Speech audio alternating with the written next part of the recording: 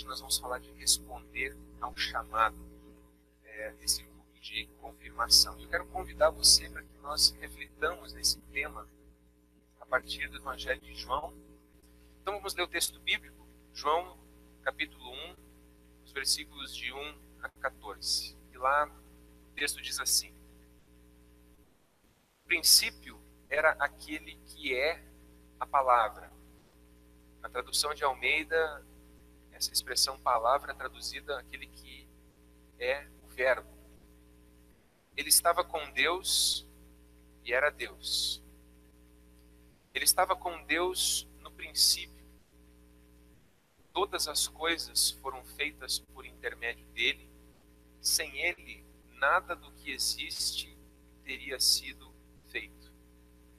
Nele estava a vida, e esta era a luz dos homens.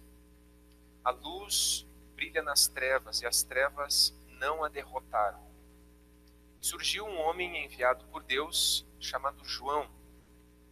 Ele veio como testemunha para testificar acerca da luz, a fim de que por meio dele todos os homens crescem. Ele próprio não era a luz, mas veio como testemunha da luz. Estava chegando ao mundo a verdadeira luz que ilumina todos os homens. Aquele que é a palavra estava no mundo, e o mundo foi feito por intermédio dele, mas o mundo não o reconheceu. Veio para o que era seu, mas os seus não o receberam.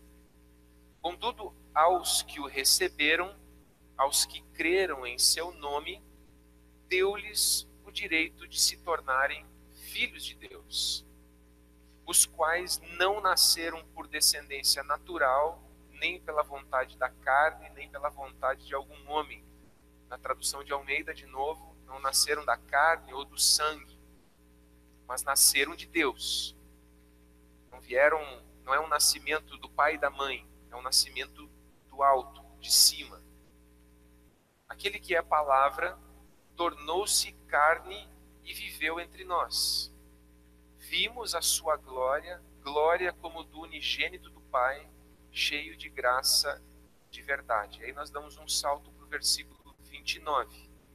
No dia seguinte, João viu Jesus aproximando-se e disse: "Vejam, é o Cordeiro de Deus que tira o pecado do mundo." Em primeiro lugar, a gente quer olhar para a centralidade da nossa fé. E a centralidade da nossa fé está em Jesus. Nós somos cristãos. Essa palavra significava originalmente aqueles que pertencem ao Cristo.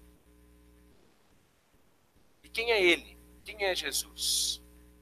Nos outros evangelhos, Mateus, Marcos e Lucas, quando se apresenta Jesus, quando se fala acerca de quem é Jesus, é feita toda uma caminhada relativamente extensa, em que à medida em que Jesus vai operando milagres, em que ele vai fazendo coisas extraordinárias, as pessoas começam a se perguntar: quem é esse que até o mar e o vento lhe obedecem? Quem é esse que tem poder e autoridade sobre os espíritos malignos e eles se submetem a ele? Quem é esse que tem poder sobre as doenças? Quem é esse que tem poder sobre a morte, quando ele ressuscita a filha de Jairo ou quando ele ressuscita a Lázaro, que é uma história que na verdade também está no Evangelho de João. Mas a pergunta constante nos evangelhos é: quem é esse homem? Quem é esse que pode perdoar pecados? Perdoar pecados é uma atribuição divina, só Deus pode perdoar pecados. Essa é a pergunta que eles fazem quando baixam aquele homem paralítico naquela casa onde as pessoas estavam reunidas e ninguém podia entrar. Então eles fazem um buraco no telhado e descem aquele homem, e Jesus, ao invés de curá-lo, num primeiro momento ele diz: "Os teus pecados estão perdoados." E os fariseus começam a dizer: como assim os pecados estão perdoados? Que homem pode perdoar pecados? Só Deus pode perdoar pecados. E aí Jesus diz para eles: para que vocês saibam que o Filho do Homem tem autoridade para perdoar pecados, então eu vou dizer para ele: levanta-te, ande, toma teu leito e anda. Quem é esse? Essa é a grande pergunta. Mas no Evangelho de João, que é um evangelho que já foi escrito mais tardiamente, ele foi o último dos evangelhos a ser escrito, essa pergunta ela já não estava mais... o Evangelho de João já não é mais um evangelho para tentar evangelizar as pessoas da época, mas já é um evangelho que foi escrito por João numa tentativa de fazer apologética. O que significa isso? Uma defesa da fé diante de uma série de questões que eram levantadas acerca da identidade de Jesus. Se questionava profundamente aquilo que os apóstolos disseram inicialmente acerca de quem era Jesus. Portanto, de alguma maneira, o Evangelho de João, ao invés de ir preparando o terreno para chegar e dizer quem é Jesus, ele já chega metendo o pé na porta. Certo? Ele já chega com tudo. No seu primeiro capítulo, já chega arrombando a porta e dizendo, é isso, isso, isso, isso, e depois ele vai trazer argumentos com os sinais que Jesus realiza para corroborar o que ele disse no primeiro capítulo. Então tem uma estrutura completamente diferente, ele não é cronológico, ele não tem uma preocupação de contar a história cronologicamente como os demais, mas ele juntou 7 milagres de Jesus para dizer que Jesus é a ressurreição e a vida, que Jesus é a luz do mundo, que Jesus é o caminho, a verdade e a vida, e todas essas questões.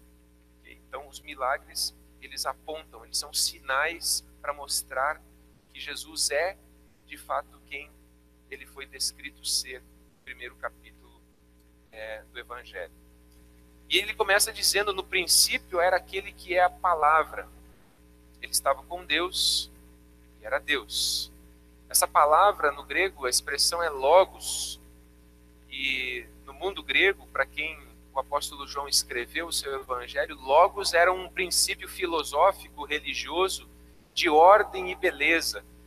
Existe ordem e existe beleza no universo. Existe ordem e beleza na natureza.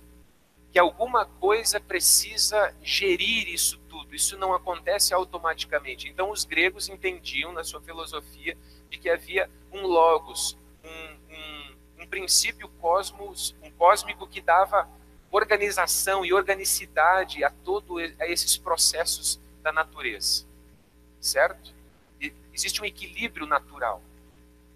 Quem geralmente destrói um pouco esse equilíbrio natural somos nós, seres humanos. Nós é que temos a habilidade de destruir esse equilíbrio natural. Mas a natureza em si, ela se autossustenta, ela se automantém. E essa percepção dos gregos levou eles a cunhar essa ideia do logos.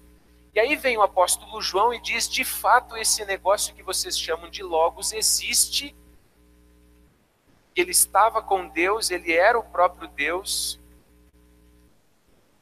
mas chegou um momento em que ele se fez carne. Esse logos, esse princípio universal se tornou gente, ele teve cheiro e nós podemos apalpá-lo, e nós somos testemunhas do que ele é e do que ele fez. Então ele está se aproveitando de um conceito conhecido pelas pessoas na época e dizendo: isso que vocês descrevem de maneira vaga, que vocês não sabem dizer o que é, que mantém a ordem do universo, da natureza, nós botamos a mão nesse cara. Eu debrucei a minha cabeça no peito dele na noite da última ceia. Claro que para os gregos aceitar um conceito radical como esse não era nada fácil. A maioria deles ouvia uma mensagem como essa e dizia: esses caras são loucos. E não é bem assim para você engolir um negócio desse. Ou você é convencido disso, ou você nunca vai crer nisso.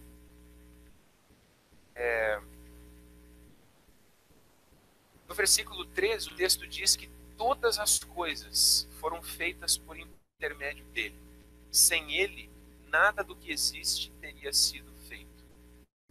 As coisas foram feitas por intermédio do Logos, dessa palavra. E aqui, eu já disse isso algumas vezes aqui na comunidade, né? A a gente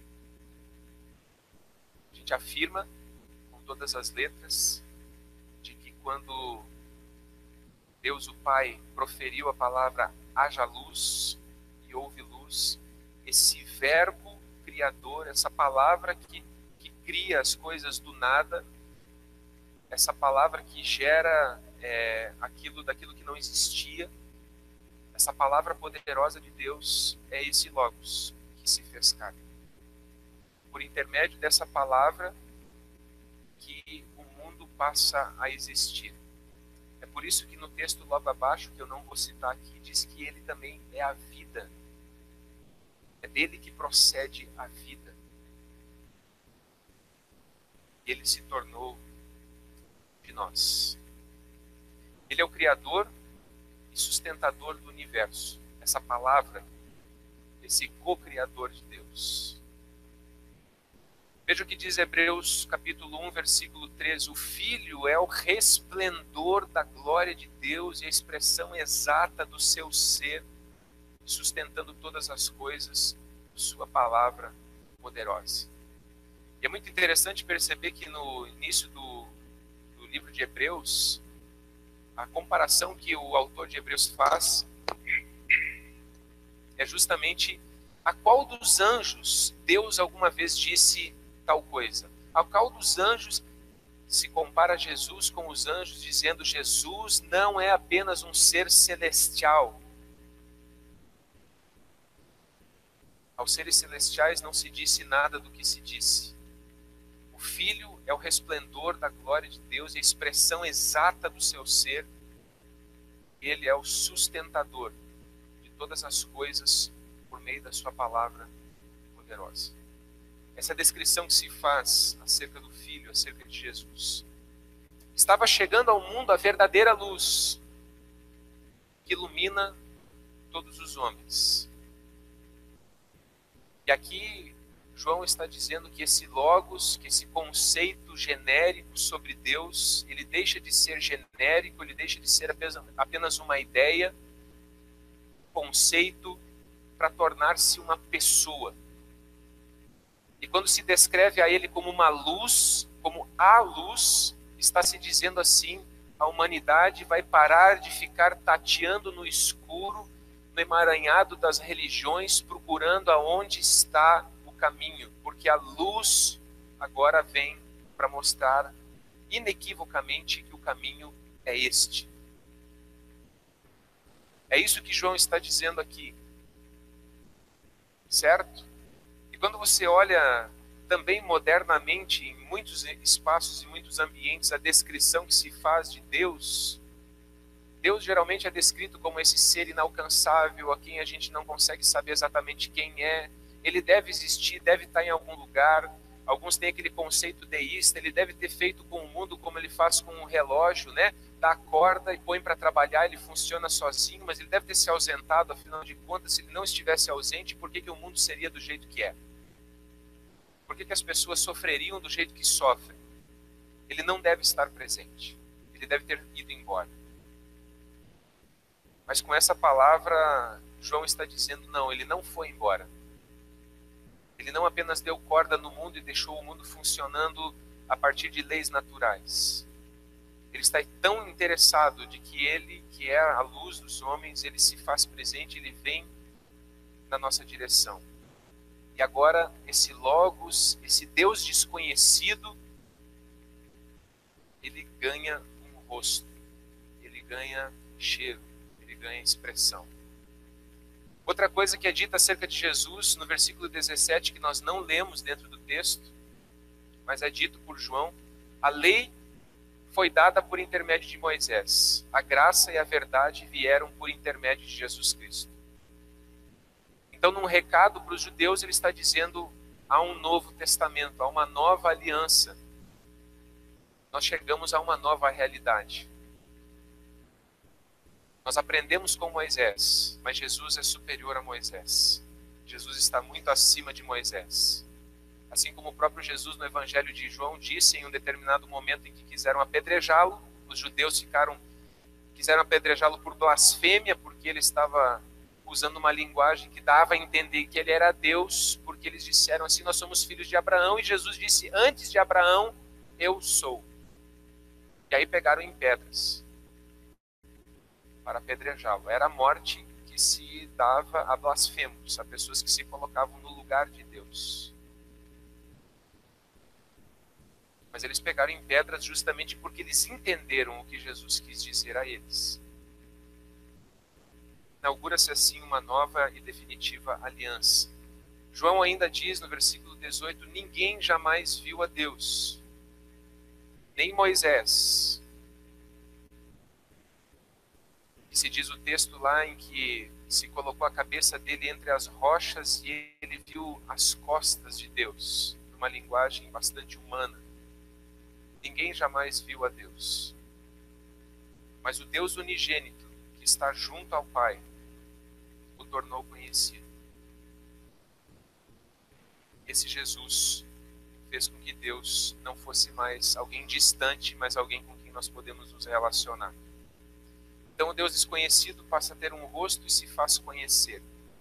E finalmente em João 1,29, diz ali que no dia seguinte João viu Jesus aproximando-se e disse: vejam, é o Cordeiro de Deus que tira o pecado do mundo. É o Cordeiro de Deus que tira o pecado do mundo. Ele vem como oferta pelo pecado. Ele vem para se oferecer como sacrifício por aqueles que estavam mergulhados na escuridão. Ele vem como aquele que vai pagar por aquilo que nós não podíamos pagar. Esse é Jesus. Ele não vem na nossa direção, em primeiro lugar, para nos julgar, para nos destruir, vem para nos salvar. Mas ele vem de maneira inequívoca para trazer essa salvação que nós não poderíamos alcançar com as nossas próprias forças.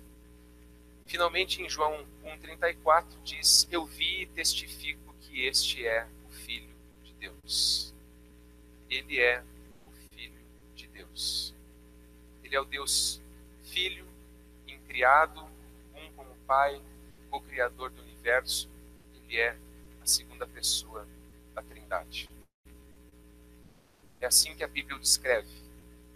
Mesmo que em nenhum lugar você encontre a expressão Trindade na Escritura, mas é assim que Jesus é descrito. É assim que os apóstolos o veem. É assim que a Escritura fala acerca dele. E se ele não é quem ele dizia ser, então o seu sacrifício não tem valor algum. De fato, nós temos que nos salvar por nossa própria conta e risco. E então, nós não temos um salvador, nós temos apenas um ensinador de moral, de boa conduta, a quem nós temos que imitar, mas que não pode fazer nada mais do que isso, além de ser um bom exemplo para a nossa própria moral, para a nossa própria tentativa de agradar a Deus com as próprias forças. Ok? Toda a nossa fé depende daquilo que a gente acredita ser Jesus. Toda a nossa fé depende disso, inequivocamente. Mas a segunda pergunta que vem diante disso é: quem é Jesus para você? Isso até agora eu descrevi aqui o que a Escritura diz acerca de Jesus. O que a Escritura fala acerca do Filho. O que a Escritura fala acerca dessa questão da salvação. Mas a segunda pergunta pertinente que nós temos que fazer, e é isso que nós temos aqui nesse momento de confirmação, é: quem é Jesus para você?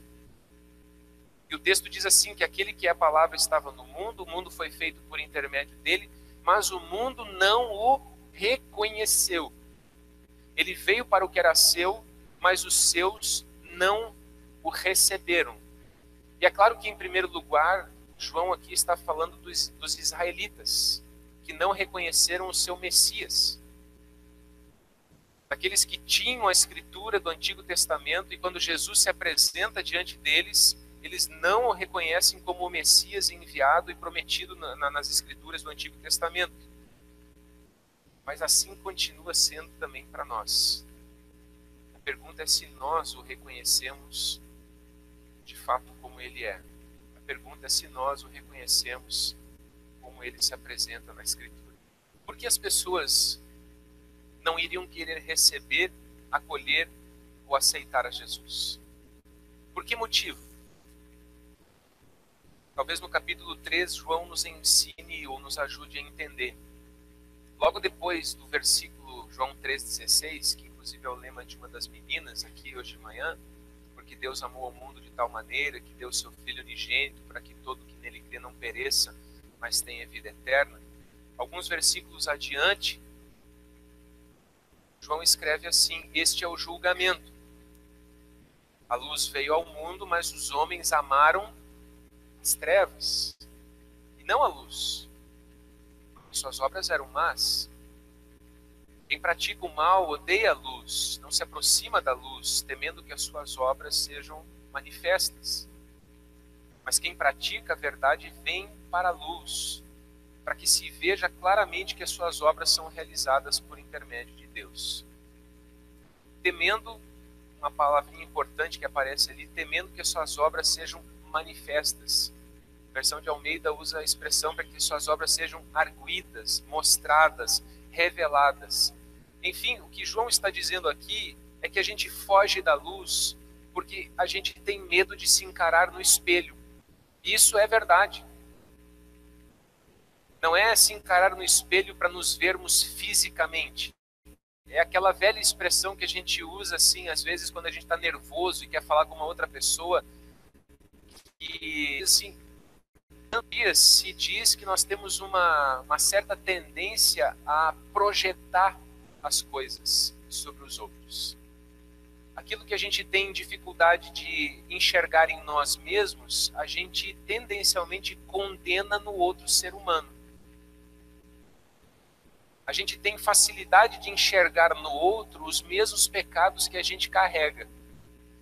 E tendencialmente a gente condena no outro coisas que estão no nosso coração. Por isso, sempre que você sentir raiva de alguém, de uma pessoa, pergunte-se o que essa raiva diz acerca de você mesmo.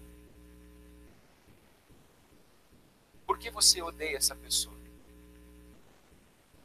Porque talvez essa raiva que você sente fale mais acerca de você mesmo do que acerca do outro a quem você odeia.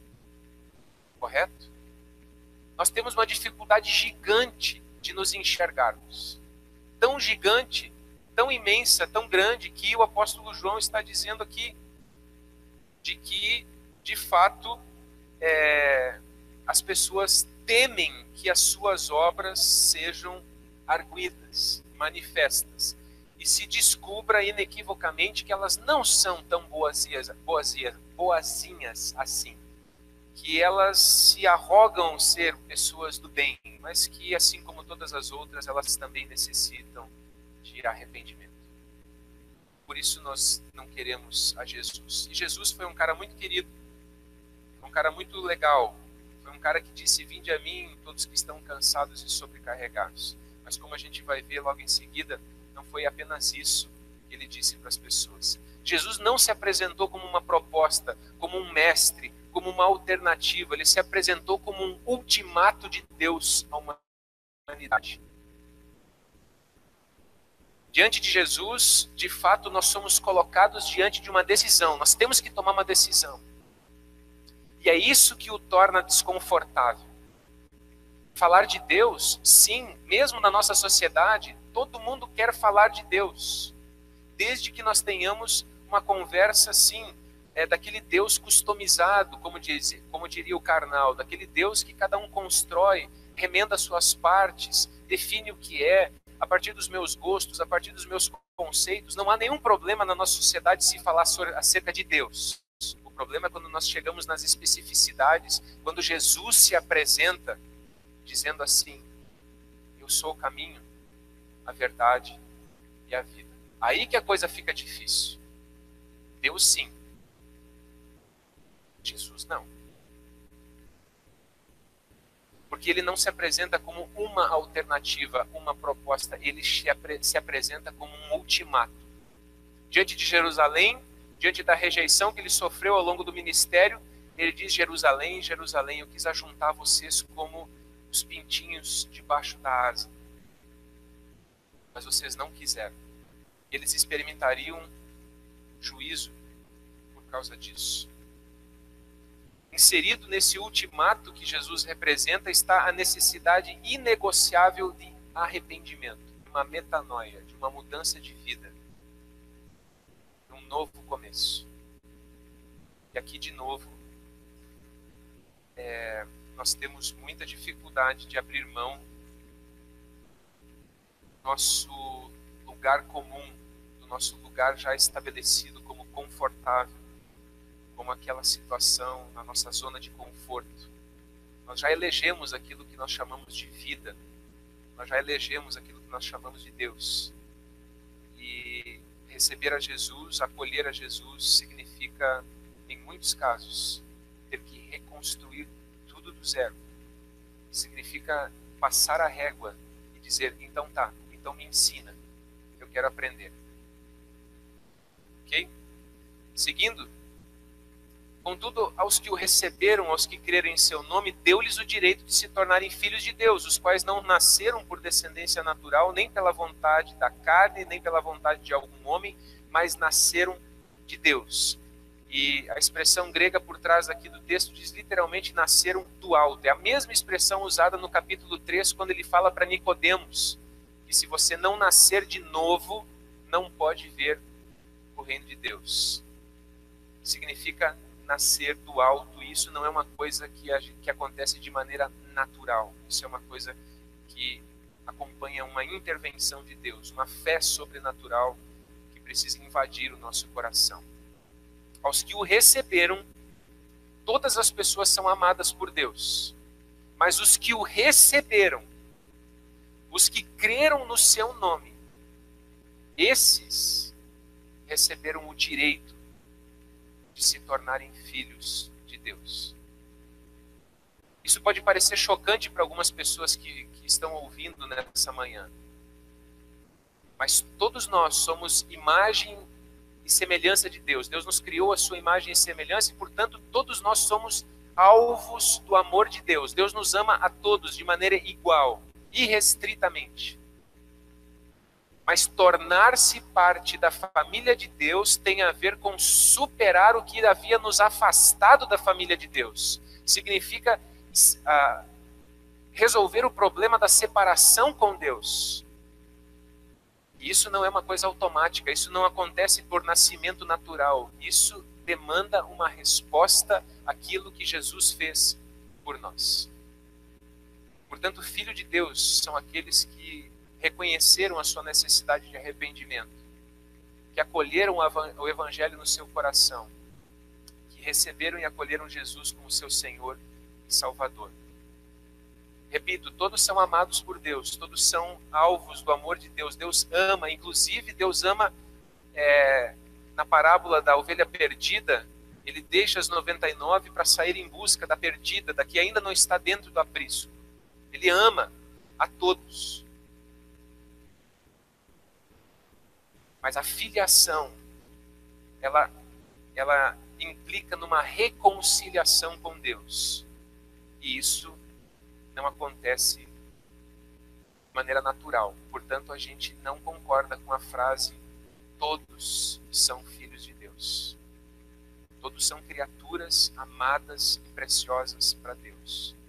Mas a questão da filiação é algo que se dá apenas por meio do sangue da cruz do Calvário. Somente por meio do sangue de Cristo nós somos reconciliados com Deus. E o que significa então recebê-lo ou crer no seu nome? O que significa isso? Olhando para os textos que nós lemos, significa reconhecê-lo como seu Deus em todas as implicações envolvidas. E aqui eu quero olhar de maneira, para todos nós, mas de maneira especial para as meninas.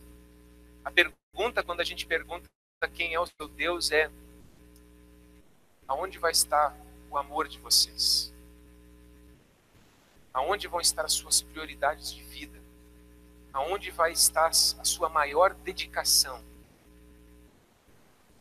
Jesus disse que isso é uma coisa tão perigosa, de repente a gente até consegue eliminar aqueles deuses feitos de pau, pedra, estátuas, essas coisas, a gente consegue dizer, não, isso aqui eu não me prostro diante dessas coisas. Mas existem outros deuses invisíveis, como o dinheiro, Jesus disse que o dinheiro é uma potestade, ele tem um poder inerente em si mesmo. E às vezes as pessoas dizem, não, eu creio em Deus, mas o amor delas, as prioridades delas, a dedicação delas é o dinheiro. E Jesus disse, vocês não podem servir a dois senhores, ou vocês vão servir a Deus, ou vocês vão servir ao dinheiro. E assim existem muitos outros deuses na nossa sociedade. O prazer se tornou um deus para muitas pessoas. A felicidade se tornou um deus para muitas pessoas. O direito de ser feliz me dá o direito de atropelar a quem quer que seja, porque eu tenho direito de ser feliz. Esse é o meu Deus, essa é a minha perseguição. É para isso que eu me dedico. E ninguém vai me impedir de alcançar meu objetivo de ser feliz. As pessoas destroem, às vezes, a própria família em busca dessa tal felicidade, que também se torna uma potestade. E não é uma pessoa, mas se torna como se fosse. Nós nos prostramos diante dela. E assim eu poderia citar muitos outros, mas nós não temos tempo para isso. Em outro sentido, a pergunta é, o que vai fazer a vida de vocês valer a pena? O que vai fazer a vida de vocês valer a pena? É isso, é atrás dessa pergunta que está o Deus a quem vocês servirão. E de cada um de nós também. O que vai fazer a vida de vocês valer a pena? O que significa então crer ou receber? Reconhecê-lo como Criador e sustentador do universo. De onde vai vir a esperança que vai nutrir o coração de vocês quando tudo mais ruir? Aonde está a esperança de vocês? Aonde estará a esperança de vocês? Há muita gente que anda nessa vida desesperada, sem esperança, ou coloca a esperança nos lugares errados. E quando essas esperanças elas ruem, elas se acabam, então a pessoa fica numa situação de angústia e desespero.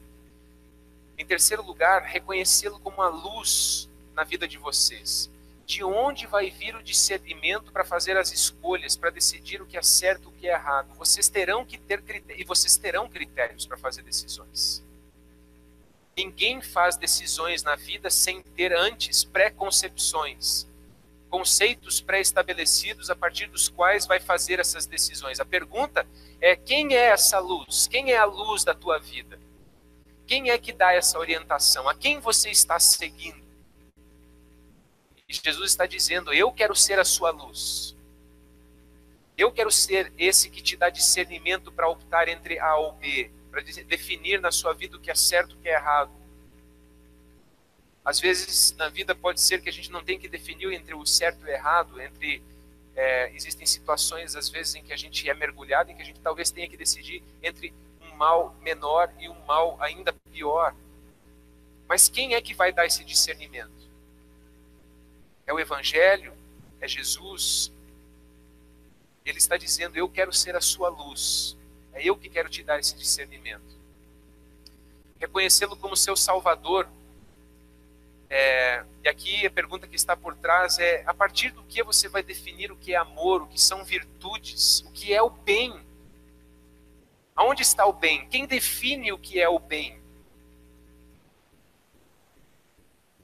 E a grande diferença que isso pode fazer na vida, quando nós temos a Jesus como Salvador, é a pergunta, você viverá como um agraciado ou em busca de mérito? Eu poderia falar muito tempo sobre isso, mas infelizmente não tenho como. Duas perguntas. Primeiro para vocês, queridas. Você está realmente confirmando a sua fé em Cristo? Publicamente, nesta manhã, você assume o chamado para ser discípulo de Jesus? Isso. Em segundo lugar, a vocês que não são confirmandas nessa manhã e nem confirmandos, mas que estão, de certa maneira, também sendo chamados pelo Evangelho a confirmar a sua fé ou não.